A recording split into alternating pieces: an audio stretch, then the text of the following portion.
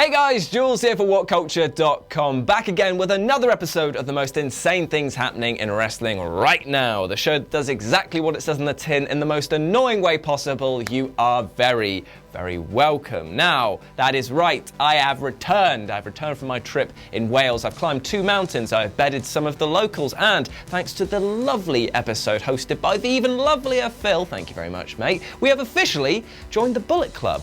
But more on that later in the episode. Now, as per usual, we have a ton of stuff to get through, but just before I start, I want to say that even though the stuff on here is insane, take a moment to give yourself a mental break. Now, life is and always will be stressful and intense, but that doesn't mean that you need to be hard on yourself. You can do this, and I can do this by cracking on with the show and hitting that intro. I love you.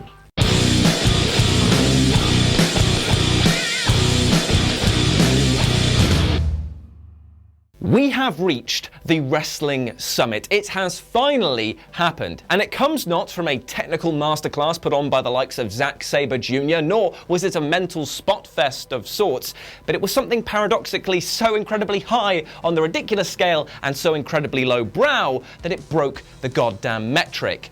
Priscilla Kelly puked on Joey Ryan's dick. Shut it down. Shut it down, lads. They've won. They've won and lost wrestling for the rest of us. Yes, that's right. At Cube Pro Wrestling, the women, the missus who likes to piss off people and the King of Dong Star put on a match, and thanks to a spot that involved a big spin, saw Priscilla Kelly losing her lunch in a very unfavourable place. Now, the real question here isn't whether or not the fans liked it or where the hell they can possibly go from here, but it is this. Is Joey Ryan's penis okay? That is his money maker. And having some sort of ricotta and ragu mess in his lap, it's not going to be good for the wee lad. Thoughts going out to you, mate? Thoughts going out to you? Honest to Christ, I am so happy to see Matt Hardy back on TV once more. For a start, he is looking great thanks to his time working on his physique, but also because he seems to have had the following conversation with Vince McMahon. So Matt, what gimmick are you going to bring back when you're on TV? All of them. We've seen the return of the classic Matt Hardy in his weird velour top, Matt Hardy VV1, and now absolute stock trader of pure banter, Big Money Matt, thanks to a brilliant video on his personal YouTube channel. Now, for those of you not in the know, Big Money Matt was his TNA gimmick, and it was deliciously awful. And here in the video, you get to see much more of a witty side to Matt than he usually showcases, such as, I have to wake up every single morning bright and early at 9:45 a.m. Ugh. And then he stands there complaining about how hard it is to be Matt Hardy. Every day of my life, I have to walk down 4 flights of stairs. And in his gym, he's watching footage of him absolutely creaming EC3 to win the championship. It is utterly brilliant. It's extreme. It's violent. I motivate myself by watching television that makes me happy. And thanks to this video, I will now have the image burned into the back of my retinas of Matt Hardy, my childhood hero, using a shake weight in an aggressive manner. Every machine in the Hardy Gym is custom, state-of-the-art equipment. So yeah, thanks Matt. Never stop not being weird. Wait, never stop being weird. Never stop not being weird would mean he's normal. I should never stop not giving up on writing jokes. Oh, awful. Okay, so before I begin this next entry, can we all just agree for a moment that while the WWE Hall of Fame is a brilliant example of the WWE giving a platform to stars of the past and celebrating the best and most ridiculous aspects of the sport, that it's also something utterly ridiculous. For a start, the fact that Drew Carey and Arnie are in there is mad enough, but also the rules don't make a lick of sense. As it stands this year, there might be 3 people who have already been added to the Hall of Fame twice. Shawn Michaels through DX, Bret Hart through the Hart Foundation, and one of the shuckiest ducks to ever quack, the Burt Bacharach of quacking, Booker T through Harlem Heat. However, it's not him who's in the spotlight right now, as that's actually going to his partner, Stevie Ray, who, while I can honestly say seems like a really nice guy and when partnered with Booker was a brilliant homegrown WCW tag team who managed to flourish in that company and the WWF at the time, but he apparently he got some flack from Dave Meltzer. According to Dave and a recent Twitter spat that they had, Stevie wasn't worthy enough to join the likes of Donald Trump in the Hall of Fame, and understandably, Stevie took it quite hard. So hard, in fact, that he seems to have forgotten that there aren't actually any rules to be inducted in the first place. I'll explain. He responded with, "That's fine because it's that's fine because it's your opinion, but I was also voted in by my peers." You don't get voted in, mate. That's not how it works. There's not an iota of sense that goes into who goes into the Hall of Fame. It's Vince McMahon seemingly picking on a roulette wheel who's going to go in just for the laughs. Now, obviously there is more to it than that, you would hope, but Vince is the one that makes the decisions. And a lot of people pointed that out to Stevie, saying, you are popular, but no one probably voted for you. Bit awkward, that. But we're not going to focus on that. What we're going to focus on instead is what Stevie Ray should have written back to big old Dave. He should have said, "Dear Dave, thank you very much for your message. Now please excuse me while I wipe my ass with it and dry my tears with my 10 tag team championship wins. Thank you kindly. Love, Stevie Ray." Also, just as a side note, is anyone else kind of hoping that Booker T botches their intro by saying 2-time Hall of Fame inductee 3 times? Just me? Fair enough. Ladies and gentlemen of the audience, I have some breaking news. Kayfabe is dead. Actually, it's not even a secret anymore, what with all of the reality shows and the rivalries that dissipate at meet and greets, and what with Ronda Rousey just openly admitting that it's all a massive work. Actually, it's all just a bit of a mess. Anyway, we suspend our disbelief, only to have it repeatedly shattered by the very company that asked us to suspend that disbelief in the first place. And the lips are chattering all about Ronda Rousey and her Twitter meltdown, but they're ignoring the fact that the WWE pulled 2 extremely stupid boners right in front of us, killing Kayfabe even further. It's that meme of The Simpsons. Stop, he's already dead. Now, both of these instances happened on Raw, one involving Braun and the other involving Bobby Lashley. Right, Braun's one was the funniest though, because he destroyed yet another vehicle, proving now that he is just a walking bonus stage from Street Fighter.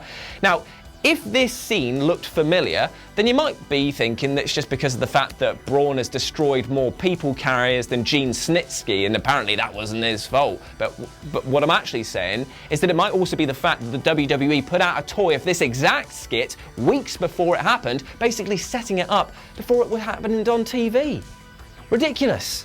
Second up, we have Bobby Lashley winning the IC title back from Finn Balor in a shock victory. And I use the air quotes here because the WWE announced that Bobby would win before the match even started, thanks to local ads being broadcast in the area for next week's show, putting him as the IC title holder. Now, imagine if the company was making mistakes like these back in the day. It would shatter the illusion that they'd spent so long crafting. Nowadays, they're too busy just making swipes at quiet towns through internet videos to worry about whether the continuity of their own product is in check, which is absolutely mad. As you all well know, I have been watching the strange journey of Enzo Amore with some relative popcorn shoved into mouth interest. Now, he's been through the absolute ringer and done some pretty daft stuff that's earned him more than a little ire. Diss track albums popping up at Survivor Series and generally looking like what would happen if Style had been sentenced to death. Even last week, we spoke about him because he popped up and demonstrated that he hadn't got a clue who King Kong Bundy was, yet thanks to a rather off-the-cuff story about a wrestler this week who despises him, he's not in our good books by any stretch of the imagination, but he's in our banter books. That's something. He told a story that actually managed to elicit a pop from the office, which wasn't at him, but with him, and it all revolved around Simon Gotch's tits. Now, according to the realest guy in the room, Simon Gotch, or Gosh as he called him, now Simon Grimm, and he were in a promo class, and he was basically asked to cut a promo against anyone in the room, and Enzo, being Enzo, said this: "Let me tell you something about Simon Gosh. Simon Gosh got a pair of titties like a 65-year-old woman. How you doing?" I can't do the accent. I regret even trying it. Now, after hearing that, Simon, in a moment of insecurity, and wearing his Andre the Giant singlet, apparently tucked his tit back into it. That was not a smart move, mate. Not when you've got a guy there who's going to point it out and make the entire room laugh at you, which is what happened.